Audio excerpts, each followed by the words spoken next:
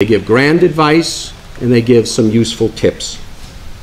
The most common grand advice they give is for you to be yourself. It is an odd piece of advice to give people dressed identically, but you should be yourself, but you should understand what that means. Unless you are perfect, it does not mean don't make any changes. In a certain sense, you should not be yourself. You should try to become something better. People say be yourself because they want you to resist the impulse to conform to what others want you to be. But you can't be yourself if you don't learn who you are. And you can't learn who you are unless you think about it. The Greek philosopher Socrates said, "The unexamined life is not worth living." And while "just do it" may be a good motto for some things, it's not a good motto when it's trying to figure out how to live your life that is before you. And one important clue to living a good life is to not to try to live the good life. The best way to lose the values that are central to who you are is frankly not to think about them at all. So that's the deep advice. Now some tips as you get ready to go to your new school. Over the last couple of years, I've gotten to know many of you young men pretty well, and I know you are good guys. But you are also privileged young men. And if you weren't privileged when you came here, you're privileged now because you have been here. My advice is don't act like it. When you get to your new school, walk up and introduce yourself to the person who is raking the leaves, shoveling the snow, or emptying the trash. Learn their name and call them by their name during your time at the school. Another piece of advice, when you pass by people you don't recognize on the walks, smile, look them in the eye, and say hello. The worst thing that will happen is that you will become known as the young man who smiles and says hello. And that is not a bad thing to start with. You've been at a school with just boys. Most of you will be going to a school with girls. I have no advice for you.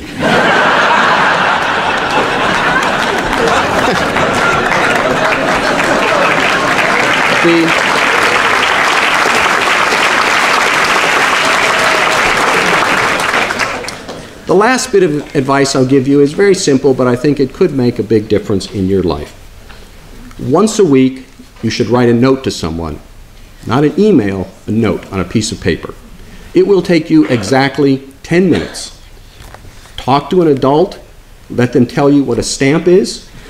You can put the stamp on the envelope. Again, 10 minutes once a week. I will help you right now. I will dictate to you the first note you should write. It will say, "Dear," fill in the name of a teacher at Cardigan Mountain School. Say, "I have started at this new school. We are reading blank in English. Football or soccer practice is hard, but I'm enjoying it. Thank you for teaching me." Put it in an envelope, put a stamp on it, and send it. It will mean a great deal to people who, for reasons most of us cannot contemplate, have dedicated themselves to teaching middle school boys. As I said, that will take you exactly 10 minutes a week. By the end of the school year, you will have sent notes to 40 people. 40 people will feel a little more special because you did.